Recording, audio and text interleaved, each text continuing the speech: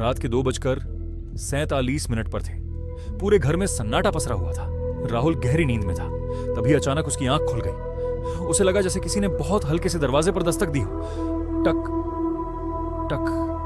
राहुल ने आंखें मली।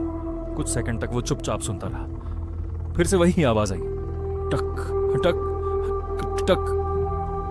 इस बार साफ था, कोई दरवाजे पर था। राहुल बिस्तर से उठा। उसका दिल धीरे धीरे तेज धड़कने लगा।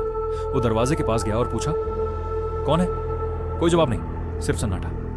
राहुल ने पीप होल से बाहर देखा। कॉरिडोर खाली था, लाइट टिमटिमा रही थी, लेकिन वहां कोई नहीं था।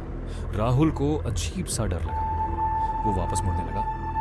तभी उसके कान के बिल्कुल पास किसी ने फुसफुसाया, हाँ, दरवाजा मत खोलना। राहुल का शरीर जम गया। उसकी सांसें तेज हो गईं। ये आवाज कोई बाहर से नहीं, कमरे के अंदर से आई थी।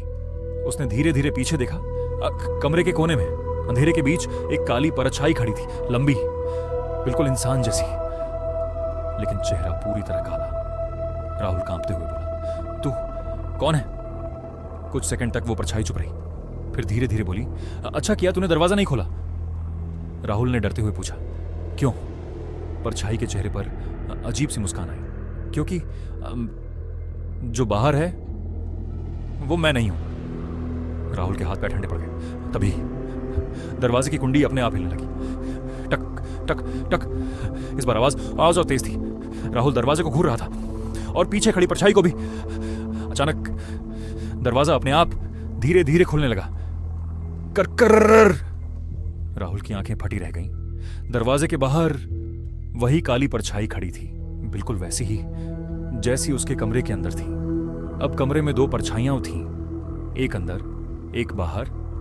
दोनों ने एक साथ अपना सिर राहुल की तरफ घुमाया और एक साथ बोले, अब बता तू किससे बचेगा?